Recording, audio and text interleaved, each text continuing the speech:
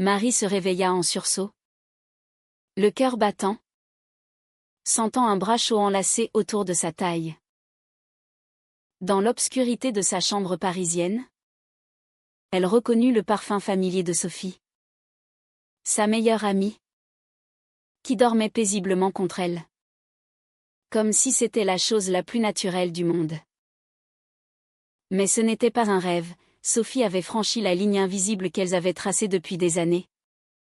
Et cette nuit-là, tout bascula, révélant un secret qui allait détruire et reconstruire leur existence.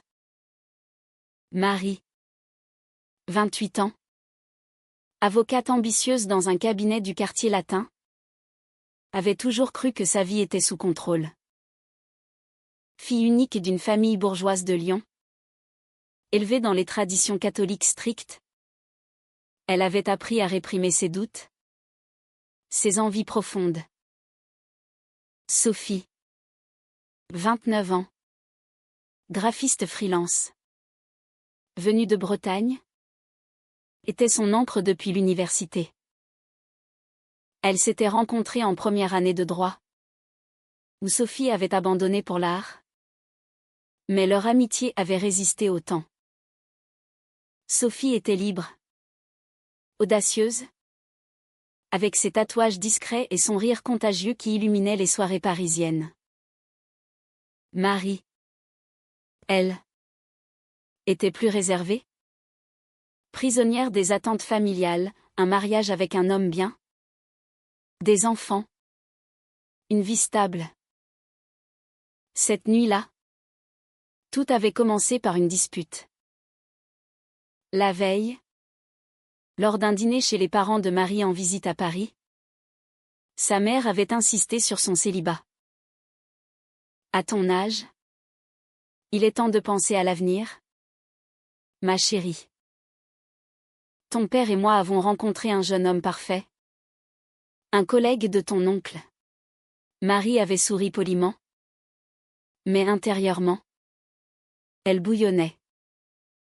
Sophie, invitée comme toujours, avait observé en silence, son regard trahissant une jalousie qu'elle masquait par des blagues. Plus tard, de retour à l'appartement de Marie, elles avaient bu du vin. Et Sophie avait lancé « Pourquoi tu les laisses te dicter ta vie ? Tu mérites mieux que ça. » Les mots avaient escaladé en confession. Marie avait d'avouer ses doutes sur les hommes, sur ce qu'elle ressentait vraiment. Je ne sais pas. Sophie. Parfois, je me sens différente. Sophie l'avait regardée intensément. Puis, sans un mot, elle s'était approchée, posant une main sur son épaule. Laisse-moi t'aider. Imagine si on jouait le jeu. Si je me faisais passer pour ta compagne? Juste pour voir leur réaction. C'était une plaisanterie. Du moins Marie l'avait cru. Mais quand elle s'était couchée, épuisée, Sophie avait glissé dans le lit, murmurant, « Ce soir, je suis ta femme. Pour te protéger de leurs attentes. » Au matin, Marie se leva en silence, le corps tendu par la confusion. Sophie dormait encore, ses cheveux épars sur l'oreiller. Était-ce une erreur d'ivresse? Ou quelque chose de plus profond? Marie prépara le café, essayant de rationaliser. C'était innocent, se dit-elle. Mais quand Sophie se réveilla, souriante, elle lança « Bonjour, ma chérie. Bien dormi ?» Le ton était joueur, mais ses yeux disaient autre chose. Marie rougit. Balbutia, « Sophie. Qu'est-ce qu'on a fait ?» Sophie haussa les épaules. Rien de mal. Juste une nuit pour te montrer ce que ça pourrait être. Si tu veux. On arrête là. Mais Marie n'arrêta pas. Les jours suivants, l'idée germa. Sa famille insistait pour un week-end à Lyon, où ils avaient organisé une rencontre avec ce fameux prétendant. Antoine, un banquier de 32 ans, fils d'amis. Marie paniqua. Je ne peux pas y aller seule, confia-t-elle à Sophie. Viens avec moi. Et joue le rôle. Sophie accepta. Un éclat étrange dans le regard. D'accord. Mais souviens-toi. C'est pour toi. Le voyage en train vers Lyon fut tendu. Marie expliquait les détails, on dira que tu es ma colocataire. Mais si ça dérape, on improvise. Sophie hochait la tête. Mais ses doigts effleuraient subtilement ceux de Marie, envoyant des frissons. À l'arrivée, la maison familiale était comme toujours, grande, élégante, avec des photos de mariage partout. La mère de Marie, Claire, 55 ans, embrassa sa fille chaleureusement. Puis Sophie avec une politesse distante. Le père, Paul, 58 ans, serra la main, notant, toujours pas de petite amie. Marie. Le dîner fut le premier test. Antoine arriva. Charmant. Avec des fleurs. Il parla de son travail. De voyage. Flattant Marie. Sophie. Assise en face. Souriait poliment. Mais ses pieds touchaient discrètement ceux de Marie sous la table. Marie se raidit. Le cœur cognant. Plus tard, dans la chambre d'amis qu'elle partageait, Sophie murmura, il est parfait pour eux. Mais pas pour toi. Marie se tourna vers elle dans le lit. Pourquoi tu fais ça? Sophie se rapprocha. Parce que je t'aime. Idiote. Depuis toujours. Cette révélation frappa Marie comme un coup de tonnerre. Elle recula. Quoi? Sophie. On est amis. Sophie soupira. Amis. Oui. Mais plus pour moi. J'ai attendu que tu vois clair. Marie passa la nuit éveillée. L'esprit en tourmente. Était-ce possible? Ses propres sentiments, refoulés depuis des années, remontaient, les regards prolongés, les jalousies inexpliquées. Mais la société, la famille, à Lyon. Dans ce milieu conservateur, l'homosexualité était un tabou, un péché. Le lendemain, lors d'une promenade en famille, Claire prit Marie à part. Antoine t'aime bien. Donne-lui une chance. Marie hocha la tête. Distraite. Sophie. De loin. Observait. Une ombre sur le visage. De retour à Paris, Marie confronta Sophie. Tu ne peux pas dire ça et prétendre que c'est un jeu. Sophie répondit, ce n'est pas un jeu. C'est réel. Mais si tu as peur, j'arrête. Marie n'arrêta pas. Les nuits suivantes, Sophie revint, se glissant dans son lit. Pas pour des actes intimes, mais pour des conversations murmurées. Des étreintes chastes qui apaisaient l'âme de Marie. C'était un refuge contre le monde. Mais le conflit intérieur grandissait.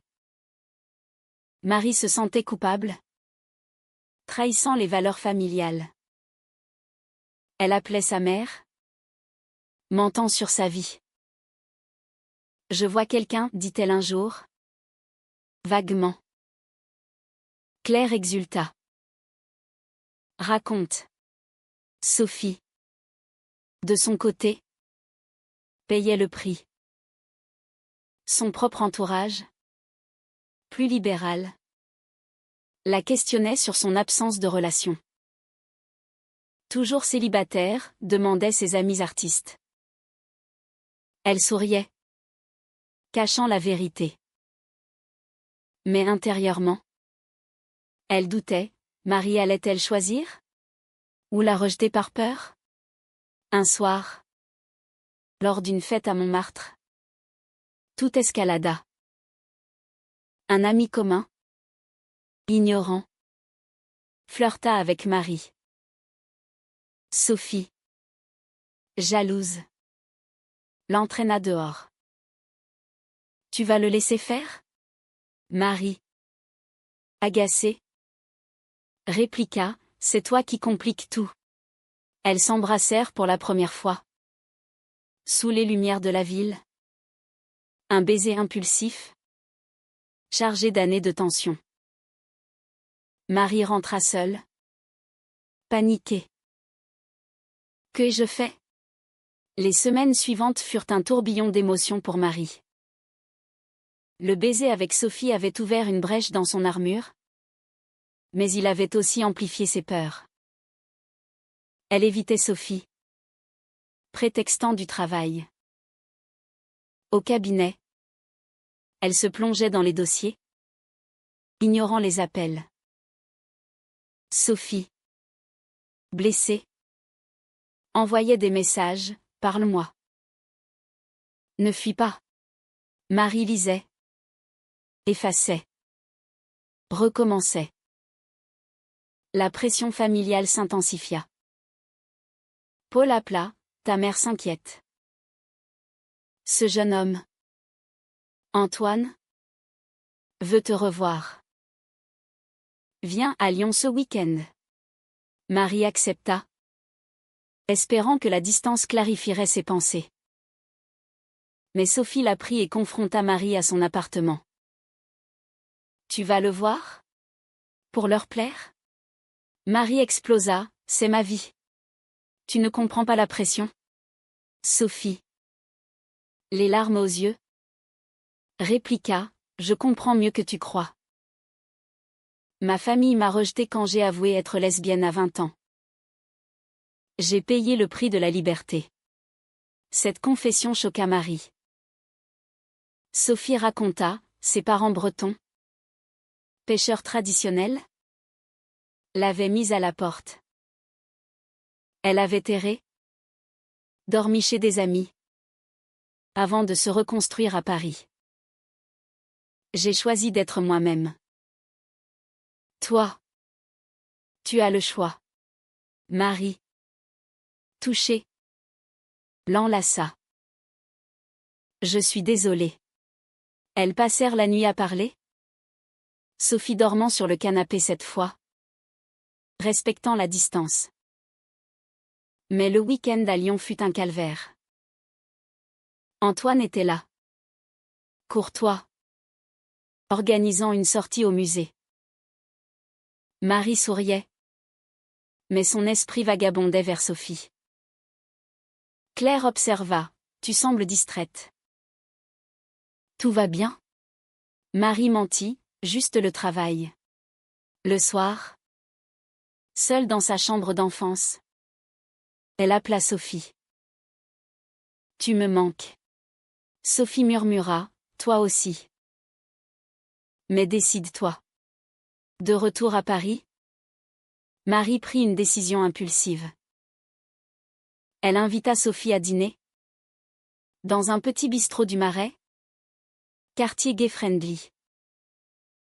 Je veux essayer, dit-elle. Sophie sourit. Mais avertie, ça ne sera pas facile. La société juge encore. Elles commencèrent une relation secrète. Des rendez-vous discrets. Des nuits où Sophie jouait la femme. Mais c'était maintenant réel. Marie se sentait vivante. Mais la culpabilité rongeait. Un jour, Au travail. Une collègue. Lisa. 35 ans. Ouvertement lesbienne. Remarqua le changement. Tu rayonnes. Une nouvelle amour. Marie rougit. Niant. Mais Lisa insista, si c'est une femme. Sois prudente. Même à Paris. Les préjugés persistent. Cela sema le doute. Marie pensa à sa carrière, dans un cabinet conservateur. Une coming out pouvait freiner les promotions. Sophie. Elle. Affrontait ses propres démons. Une ex. Camille. Réapparue. Proposant un projet artistique commun. Camille. 31 ans. Charismatique. Rappelait à Sophie une relation passée. Passionnée mais destructrice. Sophie refusa. Loyale à Marie. Mais Camille insista, tu mérites quelqu'un qui t'assume publiquement. Sophie douta, Marie la cachait-elle par honte? La tension culmina lors d'une soirée familiale à Paris. Claire et Paul vinrent, insistant pour rencontrer l'élu que Marie avait mentionné vaguement. Paniquée. Marie demanda à Sophie de se faire passer pour une amie. Mais Sophie refusa, non. Plus de mensonges. Marie supplia, juste cette fois. Sophie céda. Mais avec amertume. Au dîner. Tout dérapa.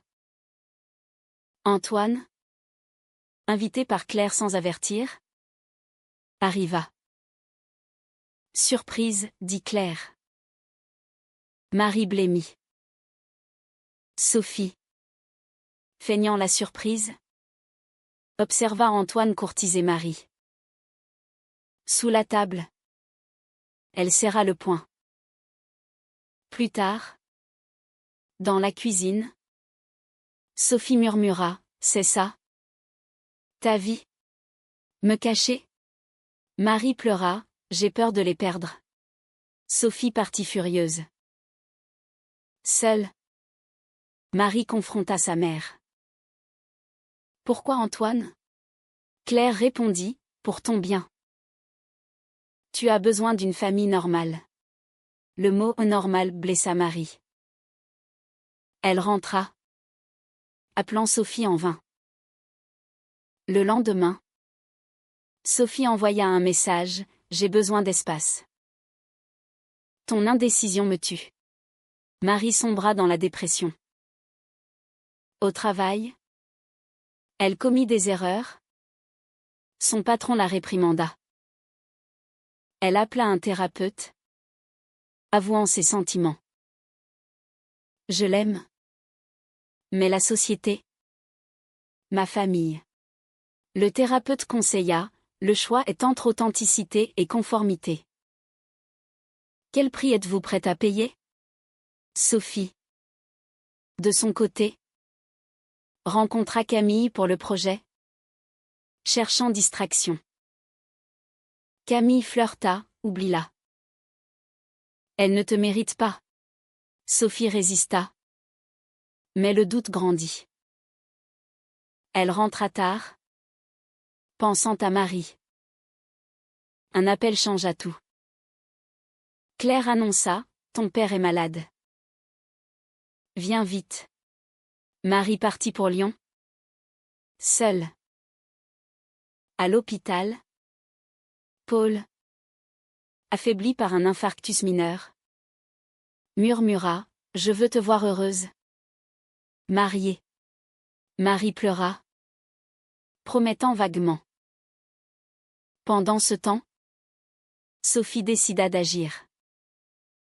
Elle envoya une lettre à Marie, je t'aime. Mais je ne peux plus être ton secret. Choisis. Marie lut. Déchirée. À Lyon. Elle confia à sa mère, maman. Je vois quelqu'un. C'est une femme. Claire pâlit. Quoi? C'est un péché. Pense à ton père. La confrontation fut brutale. Claire pleura, accusant, c'est cette Sophie qui t'influence. Marie défendit, non.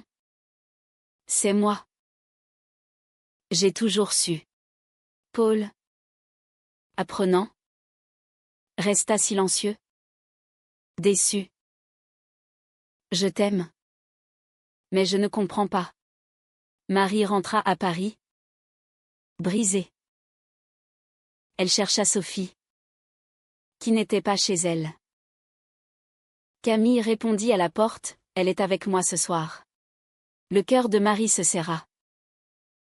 Était-ce une trahison? Marie erra les rues de Paris cette nuit-là. Le cœur en miettes. Voir Camille à la porte de Sophie fut un coup de poignard. Était-ce la fin? Elle rentra, pleurant seule. Le lendemain, elle confronta Sophie au café où tout avait commencé. C'est vrai? Avec Camille? Sophie, les yeux rougis, secoua la tête. Non. J'ai dormi sur son canapé. J'avais besoin de parler. Marie soupira de soulagement. Mais la colère suivit. Tu me fais peur pour rien? Elles parlèrent des heures.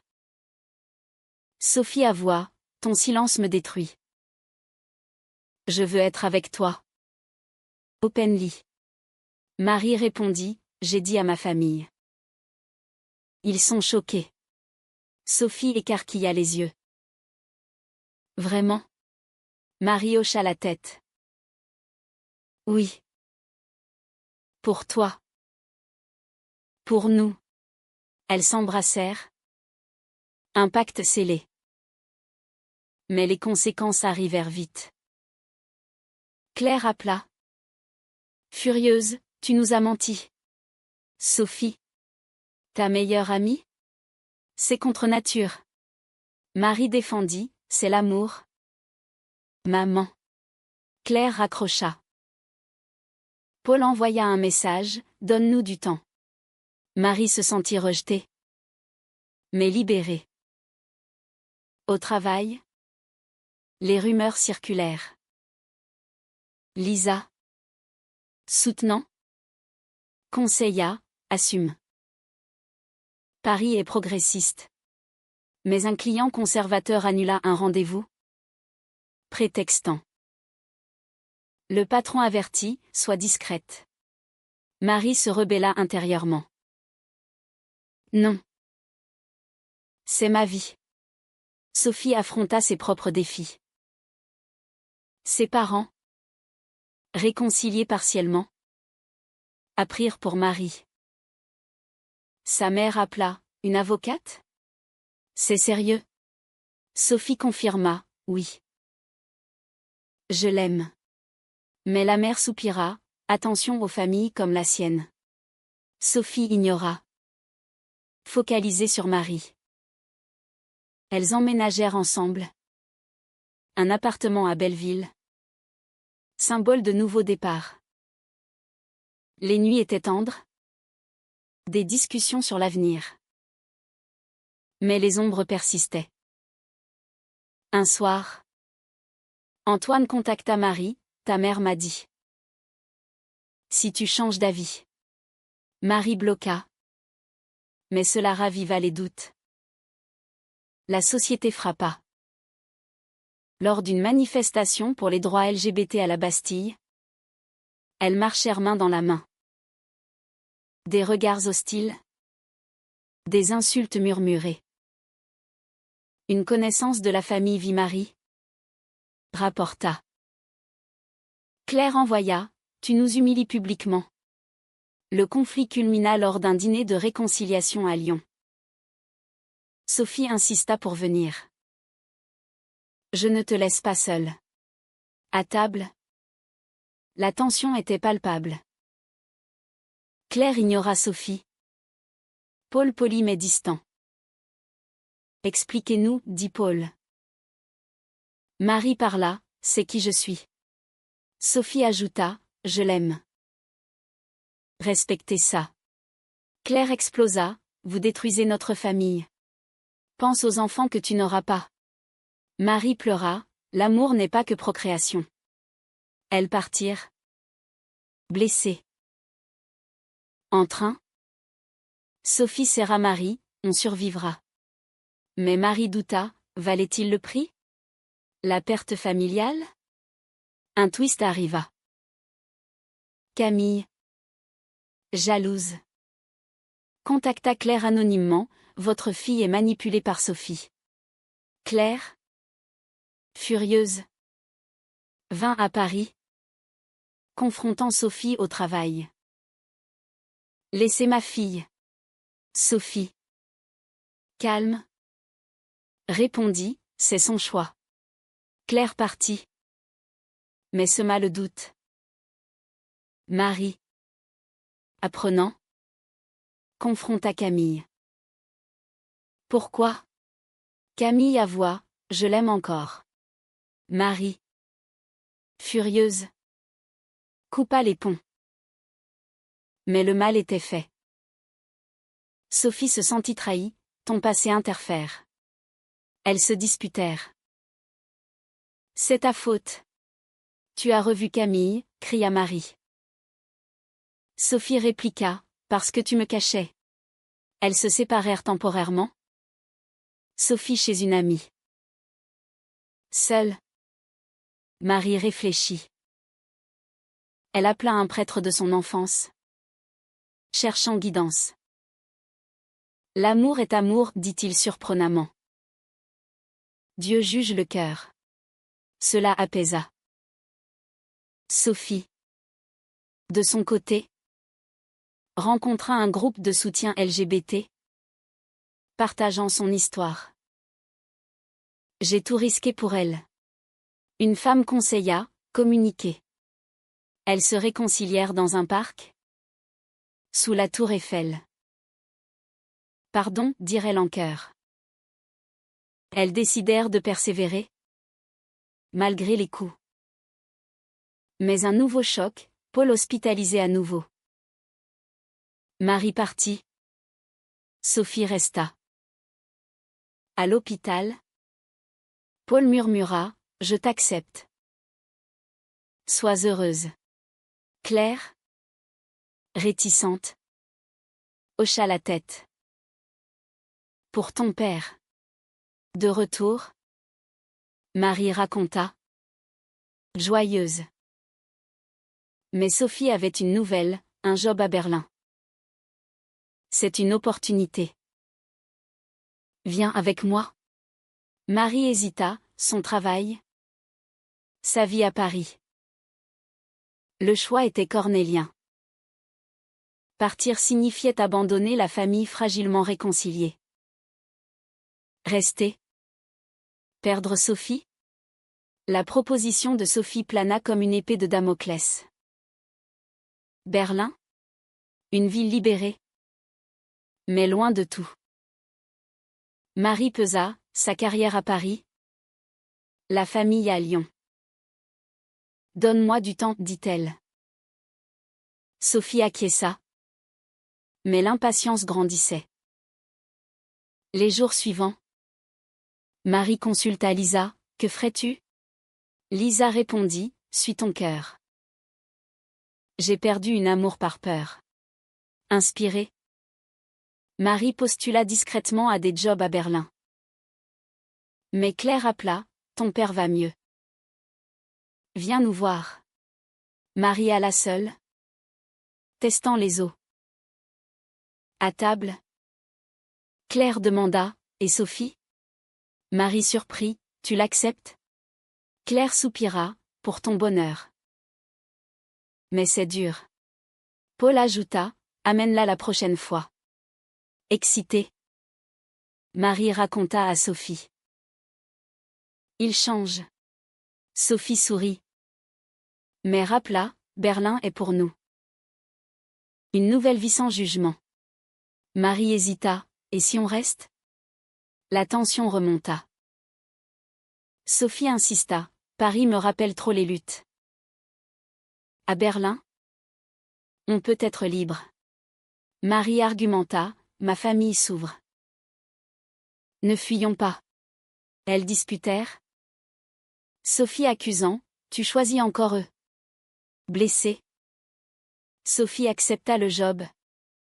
Partant pour un essai. Rejoins-moi si tu veux. Marie.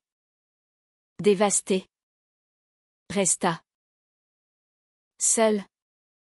Marie affronta la réalité. Au travail. Une promotion arriva. Mais vide sans Sophie.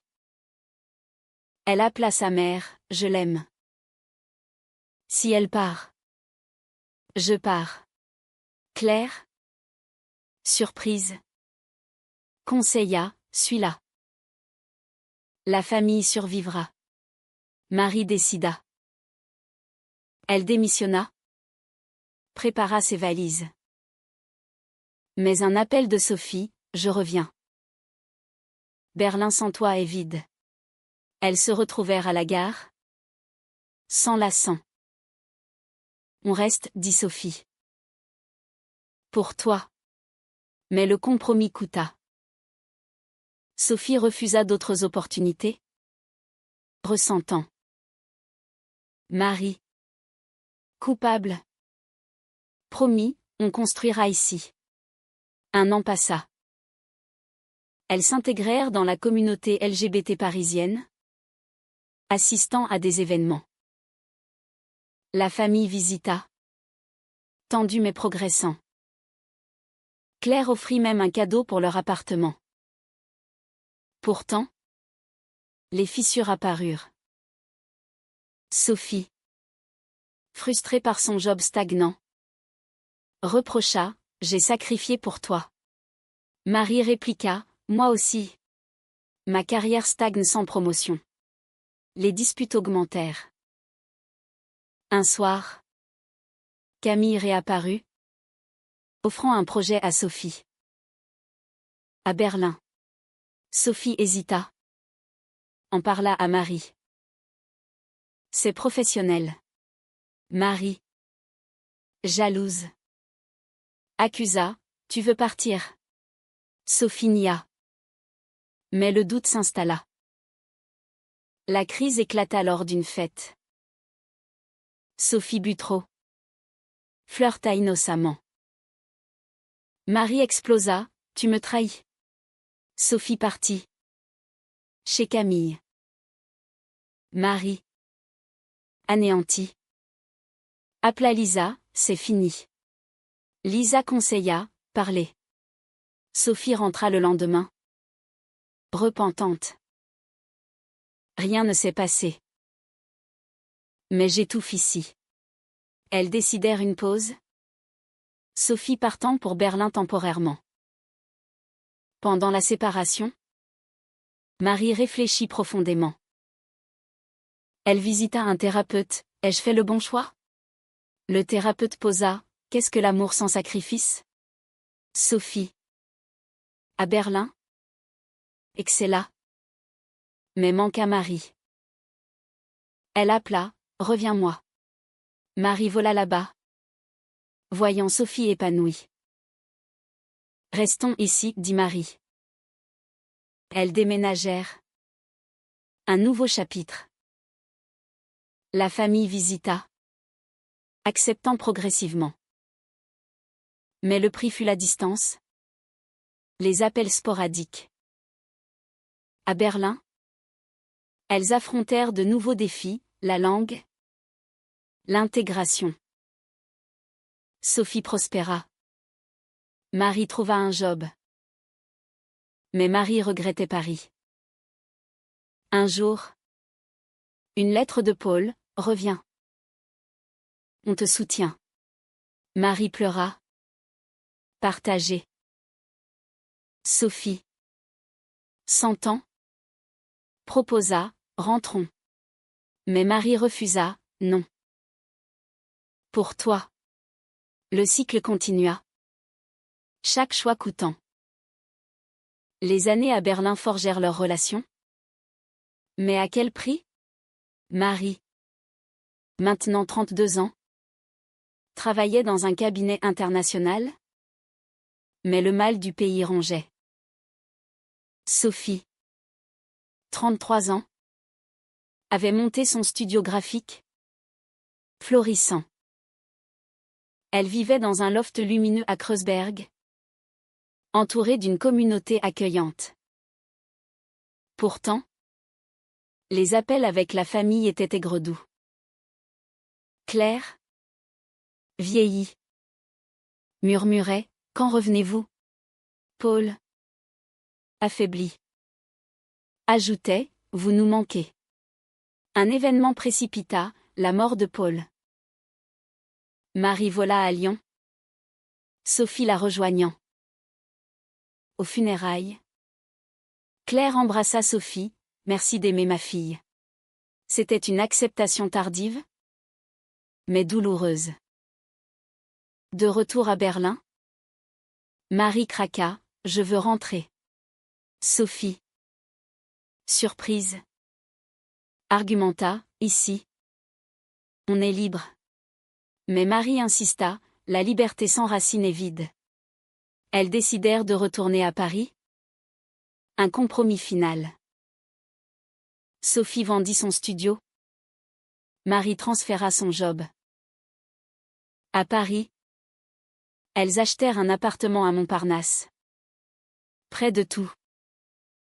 La réintégration fut dure.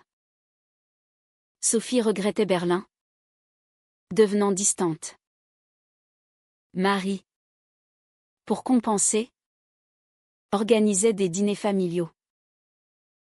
Claire, veuve, visita souvent, s'ouvrant. Mais Sophie rencontra une ancienne amie berlinoise, revivant des souvenirs. Marie, inquiète, confronta: « Tu regrettes? » Sophie avoua: « Parfois. Mais je t'aime. » Le climax arriva lors d'un voyage à Bretagne, chez les parents de Sophie. Réconciliés, ils accueillirent Marie. Mais une dispute éclata, Sophie accusa Marie d'avoir forcé le retour. « J'ai tout perdu pour toi. » Marie répliqua: « Et moi? J'ai lutté contre ma famille. » Elles se séparèrent brièvement, Sophie restant en Bretagne. Marie rentra à Paris, réfléchissant. Elle écrivit une lettre: « Nos choix nous ont blessés. Mais l'amour vaut-il les sacrifices? » Sophie revint. Elles parlèrent. Oui, dirent-elles. Elles décidèrent de thérapie de couple. Reconstruisant. Aujourd'hui, elles vivent ensemble. Plus fortes, mais marquées. Les conflits intérieurs, les pressions sociales, les trahisons perçues, tout a forgé leur lien. Mais était-ce le bon choix? L'amour vrai exige-t-il toujours de tels sacrifices? Ou est-ce une illusion que la société impose?